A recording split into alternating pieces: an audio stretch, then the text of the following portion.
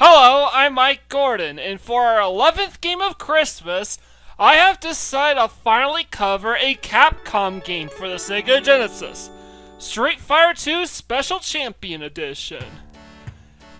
It's also the first game to be developed by Capcom for the Sega Genesis, by the way. Most of the early Capcom games were actually developed by Sega with permission from Capcom.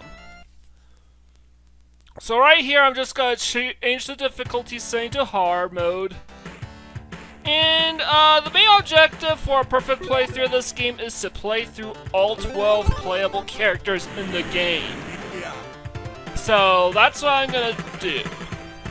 Don't just beat the game with all 12 characters. You have to see the complete good ending, and you have to master every fighter.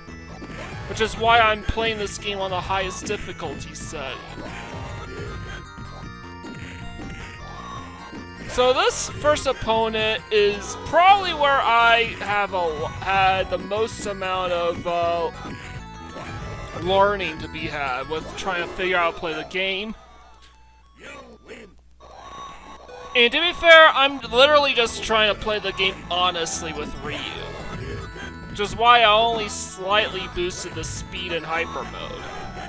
So, why am I playing hyper mode instead of champion edition? I don't know the difference between champion and hyper mode. What separates champion edition from hyper mode? What I do know is that hyper mode literally allows you to alter how fast the game moves.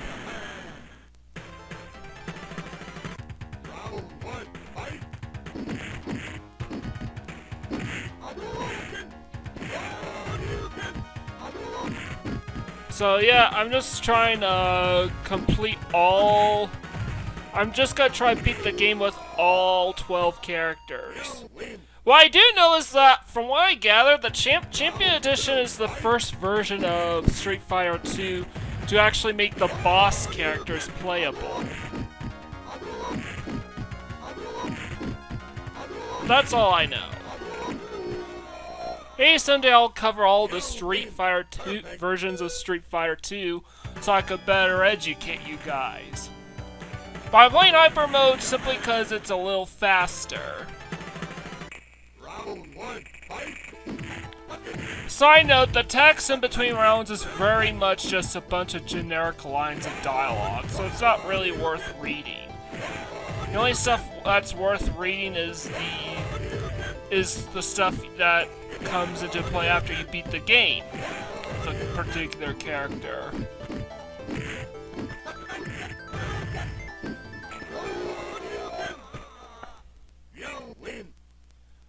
By the way, it doesn't just speed up how fast the game moves, it also speeds up the in-game timer. So, the issue with playing any fighting game on the highest difficulty setting is that the CPU can read your inputs.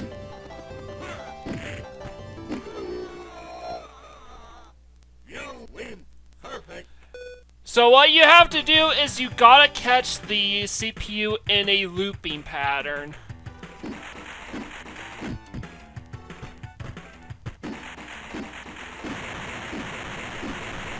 So, you gotta catch the CPU in a looping pattern so you can actually... So you can deal with the CPU very well. Your best shot at attacking any opponent on the highest difficulty setting is to wait for them to make an action. For example, Blanca here is like a super stringy, flexible character with a low hitbox. So you literally have to time your attacks and what attacks to unleash on them before you can take them down. And, you know, Daliism it has super stretchy limbs and can teleport, so you sort of have to hit him before he hits you and know when and where he'll turn up.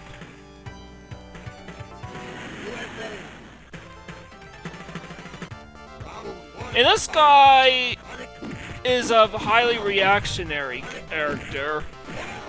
And you're going to need to... You literally have to wait until he acts before you can act on him. You win. Perfect.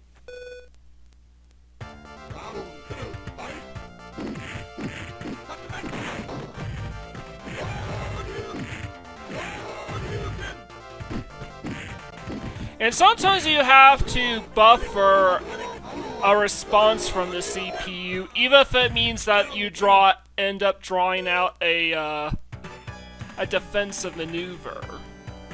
You draw out a block or you draw out movement. The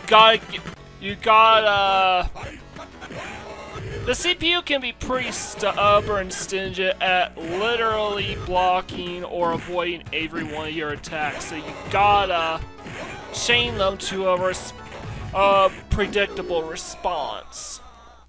You win. Perfect. Remember, the CPU can read your inputs on the highest difficulty setting. So why play on the highest difficulty setting? Well, typically a perfect playthrough doesn't require that you play the game specifically on the highest difficulty setting.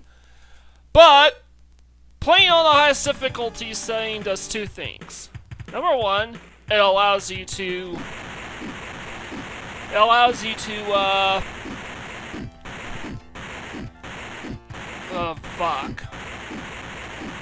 Playing on the highest difficulty setting allows you to get the good ending.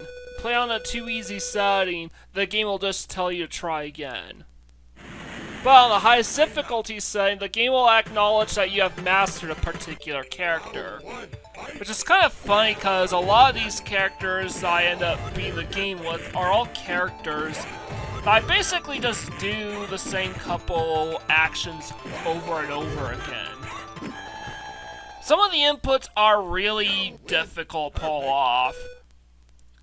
And are really slow. Except for grabs. Incidentally enough, Ryu and Ken probably have the easiest time pulling off Ryu and Ken's inputs. You win. Perfect.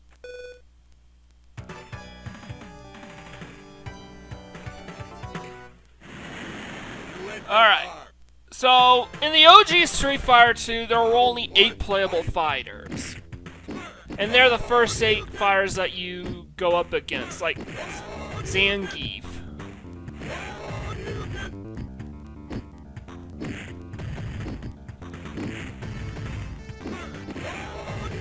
So what I'm literally doing is I'm trying to buffer Zangief's reaction because not only is he a huge target, very strong, but like Guile, he's very much a defensive character, very reactionary, so what you have to do is buffer his attacks in order to get him to do the things that you want him to do so you can lay on him pretty hard. You win. Perfect. Alright, so now I have to USA. take on the first of 4 boss characters, Balrog. Actually, I believe he was added into Champion Edition. But he is fundamentally a boss character all the same. Don't quote me on this. I'm not I've only just started playing fighting games on the Genesis last year with Mortal Kombat. You win. Perfect. Alright. Now, yeah, okay, so side note, the reason why I decided to wait until the 11th game of Christmas when playing this game, I knew this was probably going to be one of the big titles for this year's 12 games of Christmas. And I decided as we approached the countdown to 1, as we approach our 100th perfect playthrough, I want to save some of the hypest titles for last. And Street Fighter 2 is generally hailed as one of the best games on the Sega Genesis. Now, Vega is like a very slippery character. He's like super stringy and rubbery like Blanca, yet is also really thin and acrobatic like Chun-Li. Because of this, you basically have to chase him around the field quite a bit. And even when he's jumping, very often he has invincibility frames. So you literally have to wait for him to approach where you're at, or at least buffer him to stay perfectly still so you can grab and throw him.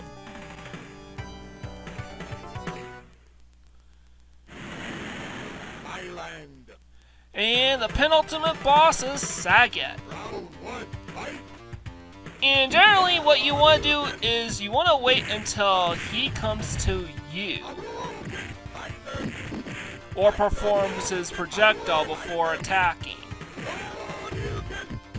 Because he's very strong, he's very tall, and he kind of fights similarly to Guile and as like a weird mixture of Ryu and Guile, despite being a kickboxer.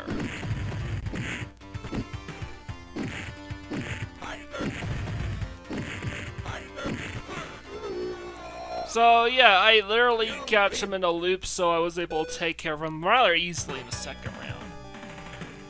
And now the final boss himself, in Bison. And yeah, you remember that little callback I made of Gunstar Heroes with one of the main enemies in that game being kind of dressed like him? Well, now you get to see what he is like. He's supposedly the strongest character in the game, and he's supposed to be a freakishly difficult final boss. But as per usual, I just have to manip his, get a certain reaction out of him.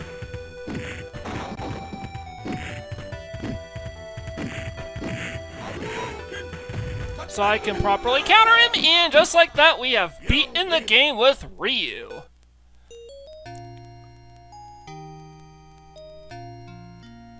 As the award ceremony begins, the crowd can be heard whispering.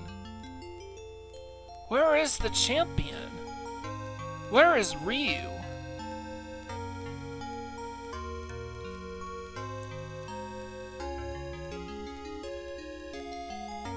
Alright,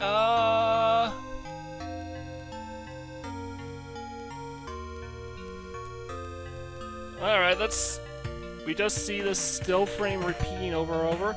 Already seeking the next challenge, ceremony means nothing to him. A fight is everything.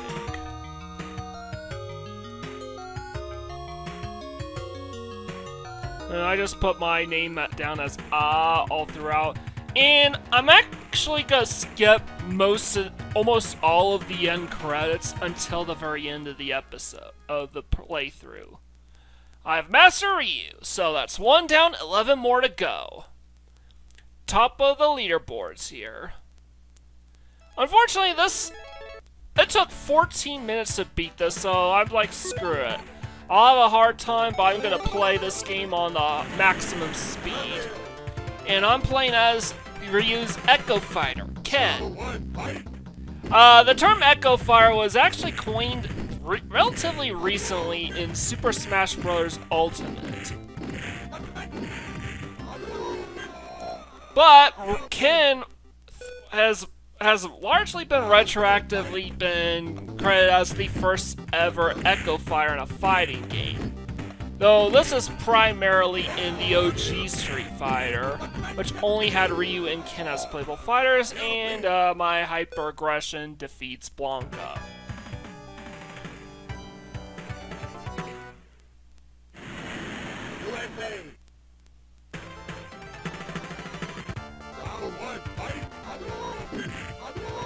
So now I have to take it up a notch.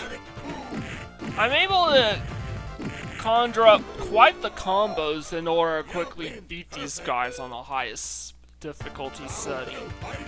But understand that I have yet to properly streamline the overall gameplay and strategies in Street Fighter 2, and I'm just heavily reliant on special moves like projectiles and the Shoryuken, or the Dragon Fist. On the highest difficulty settings, simple, strong punches and kicks and throws are probably going to be the way to go with just about everybody.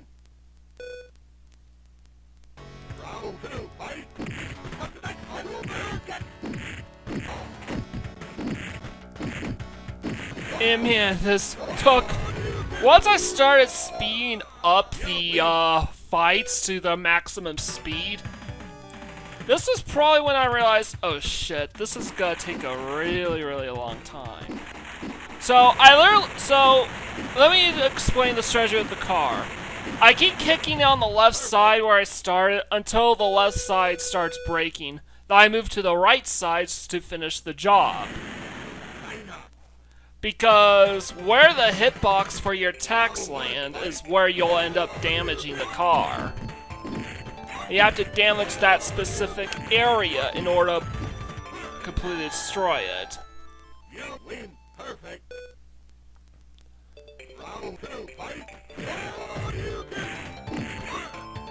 By the way, Ryu can have a ton of neat little kits in order to deal with these enemies faster and in retaliations. However, a lot of times it probably isn't super reliable unless they decide to attack right into it.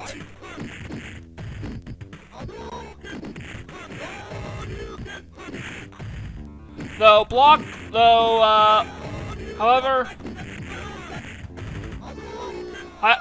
Hadoukens are effectively free damage against blocks, even if it's chip damage.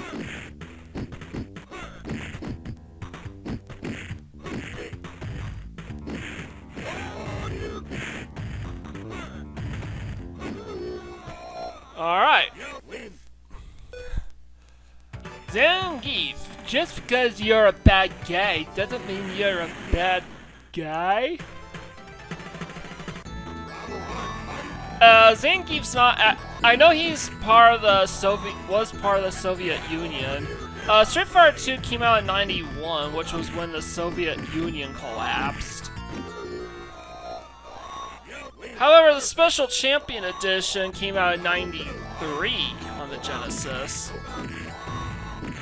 However, every edition of Street Fighter 2 is literally built off the OG Street Fighter 2, so it's still essentially recognized as a 1991 release.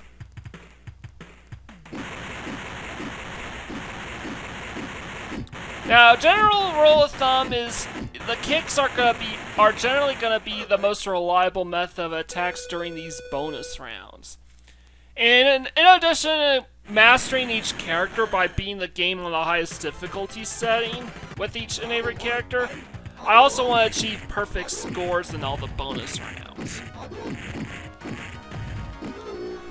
And just like that, because it's kind of funny, Ryu and Ken being an Echo Fighter of Ryu was sort of they literally wrote an entire backstory revolving around why Ryu and Ken have near identical movesets and even look remarkably similar.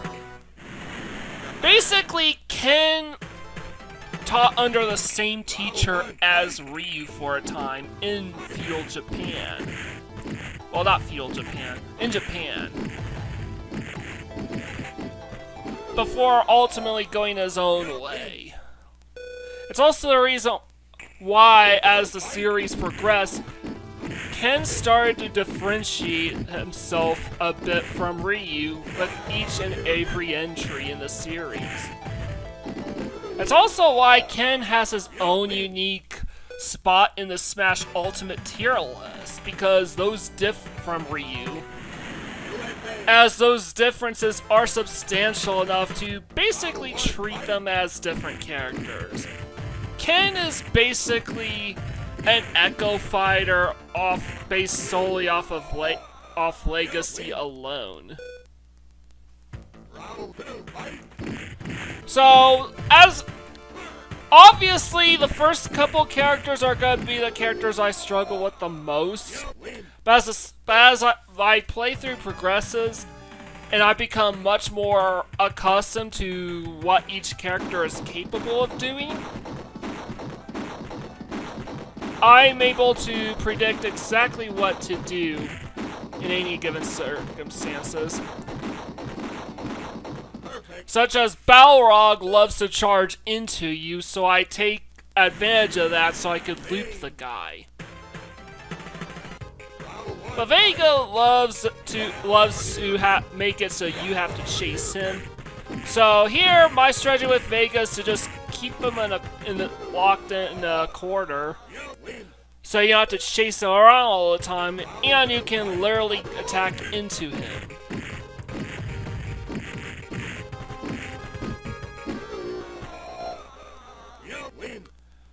You don't chase him around the field. You wait for him to come to you, and then you attack and bully him into a corner. He may have a wall jump and can hop the fences and in the background and whatnot, but not much he can do about that.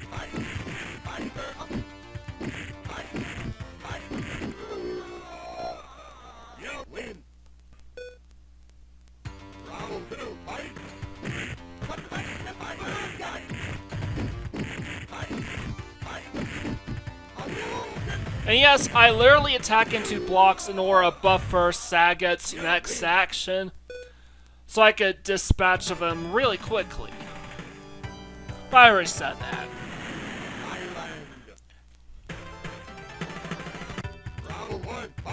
And yes, Sagat and Bice are both stationed in Thailand, interestingly enough.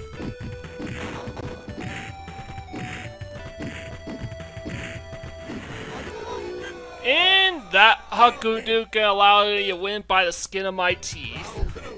As I continue my playthrough, the margins of victory become much wider. And that's a clean sweep. That's it for Ken. Ken! Oh, Eliza, what are you doing here? You were cheating with Barbie, were you? Nah, I came here to find you, so we can be together again.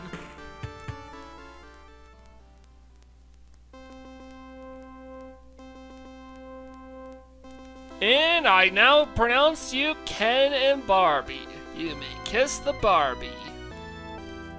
And after this game, Ken will go on to fight aliens in Street Fighter 2010. On NES. And just like with Ryu, I'm basically just gonna skip the end credits and head straight to the next fighter.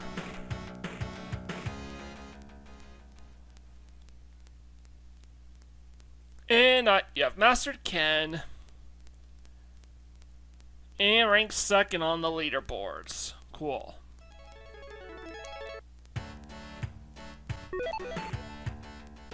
And next fighter is gonna be E Honda. What does the E stand for?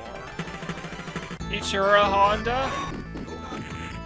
Like Ichiro Oda? Wait, it wouldn't be Ichiro, it would be Edchiro. I don't know. Is there a Japanese car company that begins with an E? Maybe that's what it is. So yeah, this is where we get to some really complicated movesets that I can't quite pin down. So I basically just start resorting to the most simple maneuvers possible. And this actually results in much faster fights. But but it also means it's not as strategic as before. I'm just taking advantage of the CPU, reacting to my inputs and reading my inputs.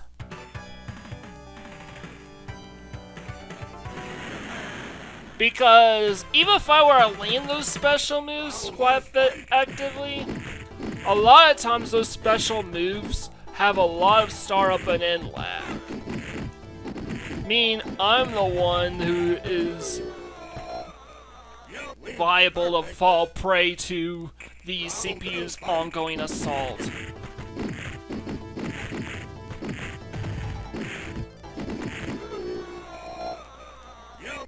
Perfect. Absolutely bully the other Honda, and this is probably the first time where I'm going to start struggling in the bonus rounds because the hitbox may not be fully beneficial to the special stages and the mechanics I want to go. Oh, never mind. But it will happen, I guarantee you. Not all strong kicks are created equal. Sometimes they will just go straight up in a diagonal and will miss the lower targets.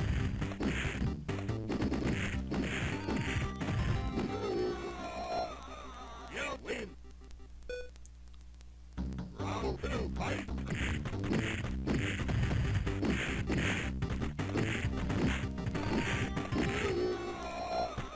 You win.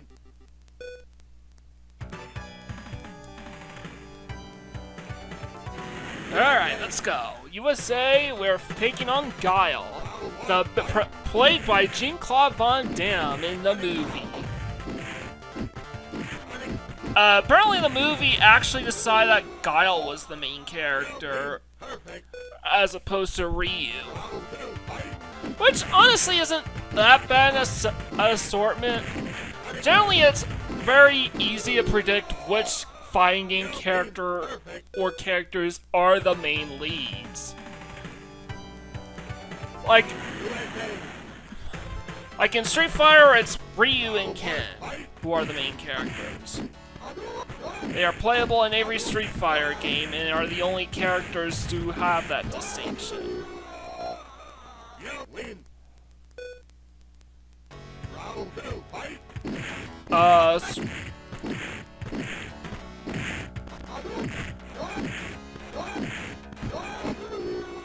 And I had to take use of blocks so I could punish the target afterwards because they keep looping.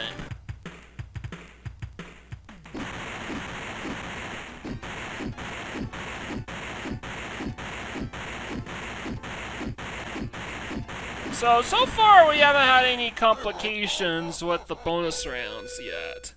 But again, do keep in touch.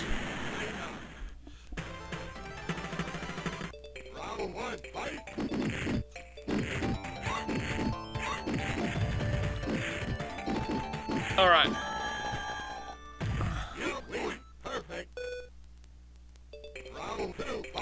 And that was a quick dispatch of Chun-Li, who was the star of the second Street Fighter movie, Legends of Chun-Li, which has the distinction of being even worse than the first Street Fighter movie, starring Guile.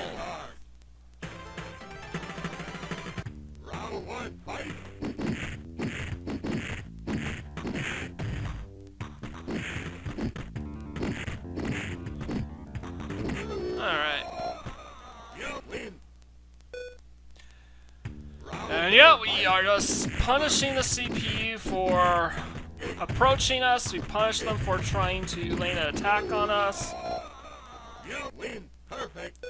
We're gonna try punishing the CPU for trying to run away from us, depending on who it is. And this guy loves to just charge right into you.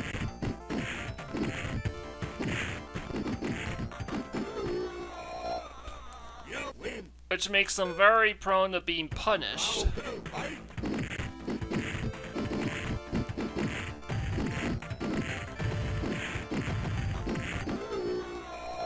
And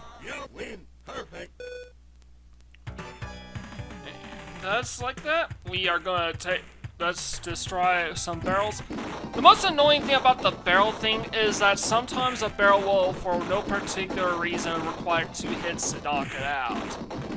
It's not consistent.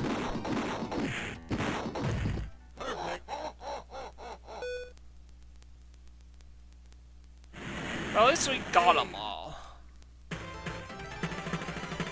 Round 1, fight!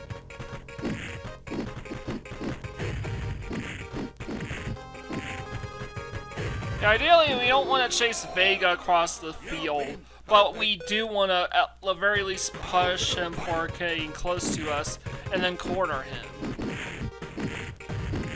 And don't give him any chance to try to escape, either. You win! Perfect!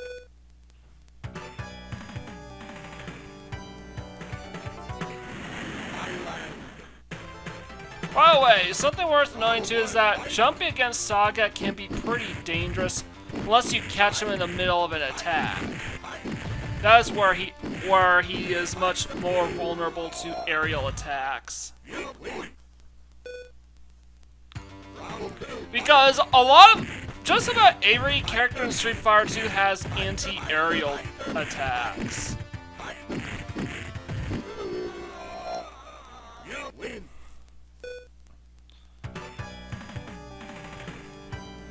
So, it's also gonna make use of their positioning as well. Now we've got Take On and Bison. And Bison loves to just fly across the screen. Either to get away from you, or to approach you. You win! Perfect! So take advantage of that so we don't have to worry about any shenanigans.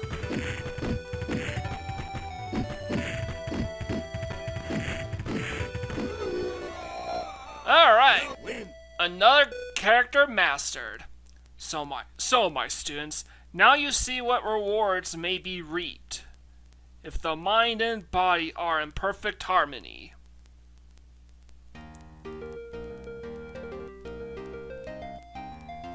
Do you think I will relax my discipline just because I have won? No, I will still train very hard. And I will still cook. As Honda eats and chats with his disciples, everyone is in harmony, concentrating only on food and friendship. And by the way, pay attention to the top left corner because the game will prompt you to type in your initials. Wow, 33 minutes have passed and we only beaten beaten the game with 3 characters. That ain't, even with the edited out end credits, this ain't good. You know what? I'm gonna do one more fight, and then I'm gonna probably decide to split this playthrough up into 3 parts. That wasn't the idea. In fact, when recording this playthrough, I fully intended for it to be all in one episode. In fact, when I actually put all the parts together, I realized that this video would be 2 hours long. Even when I edit out all the rewinds and save states, this would take 3. This video was still just over 2 hours long. So you know what? I'm gonna split this up to make this playthrough more digestible. This wasn't the plan. I always planned for this to be all done in a single episode. I mean, if there's no save or password feature, might as well, right? But I have to make an emergency exception here. Anyways, with Chun-Li is the slender acrobatic fighter of the group, with much of her strength coming in her kicks.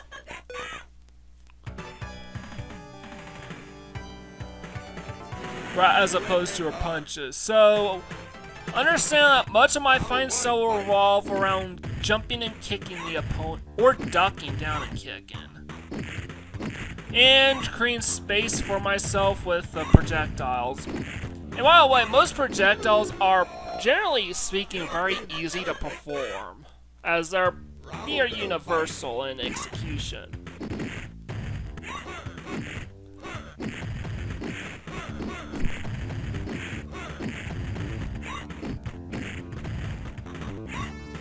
Alright. Win. Perfect. Let's win perfect. So, is this where we start seeing complications with the kick attacks? Because so far it seems like Chun-Li is still able to hit her targets, even with the strong kicks. By the way, this is literally the fastest way you can destroy the car in the bricks is by kicking them.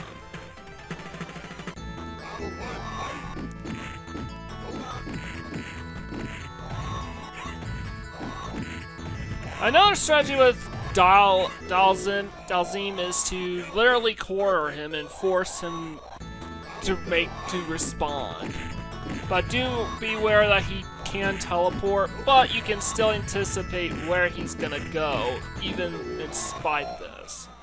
Win. Perfect. As you can see, he stood absolutely no chance. And now we get take on Ryu.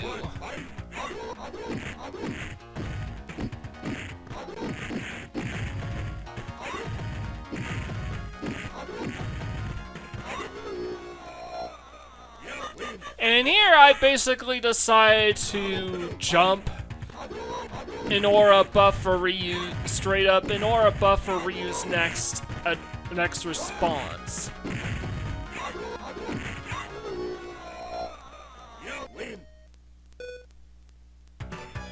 And yeah, sometimes even the use of projectiles can help buffer a reaction from the CPU because you can still take use of their lengthy end lags of some of their special attacks.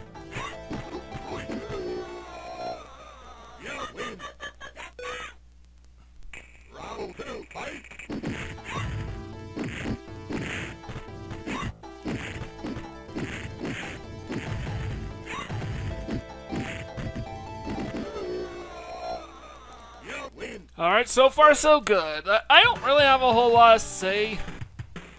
Man, this is gonna be a really, really long one.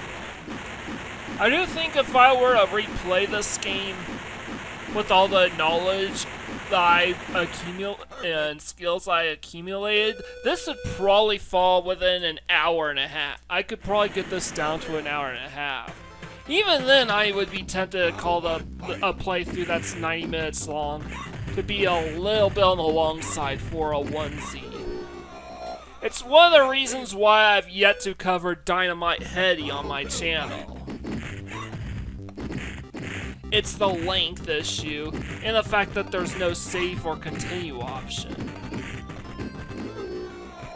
Though to be fair, Street Fighter 2 doesn't have any unlockable content, so at least splitting this up into multiple parts can at least be somewhat excused.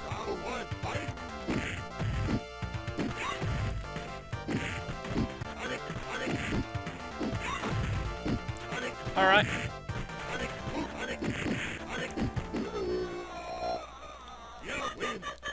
I kinda wish I didn't have to chase Guile across the field, though.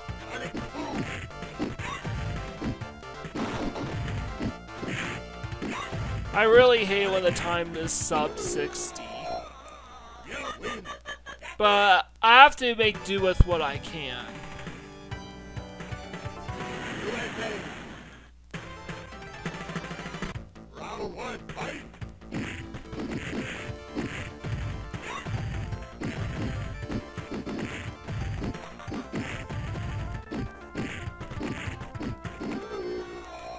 So yeah, I keep on,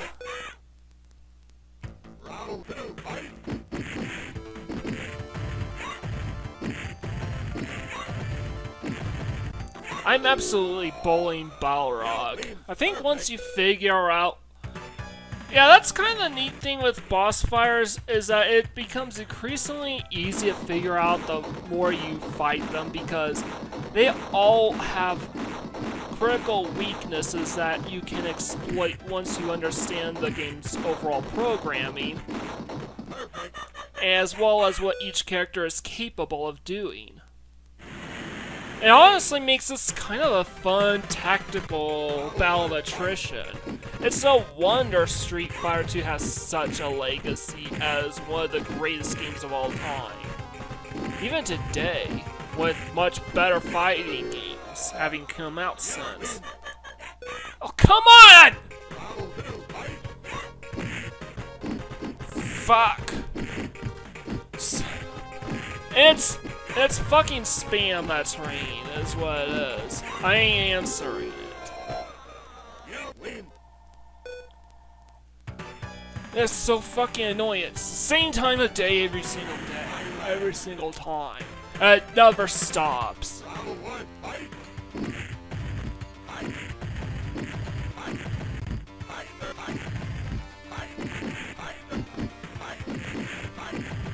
So yeah, I'm basically just punishing Saga for doing anything.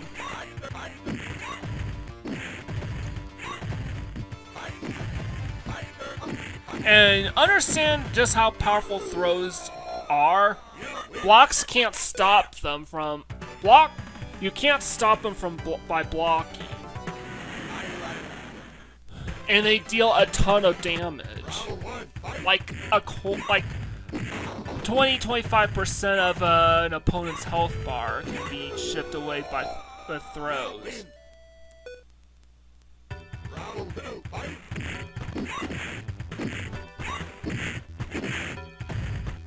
And I think we're gonna wrap this up soon. And don't worry, I'm gonna cover the remaining 8 fighters in future episodes. Just 2-3 episodes. Father, your death is avenged. Now that I have destroyed Bison, his empire will surely collapse. Finally, you can rest in peace.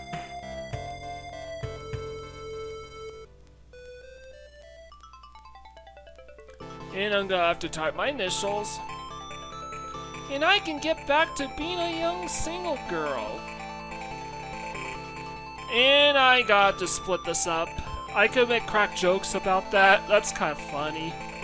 But, yeah. This has to be split up into 3 parts. I'm sorry about this, but the parts 2 and 3 will come really quickly. I promise you that. I'll see you, and I will see you then. Take care.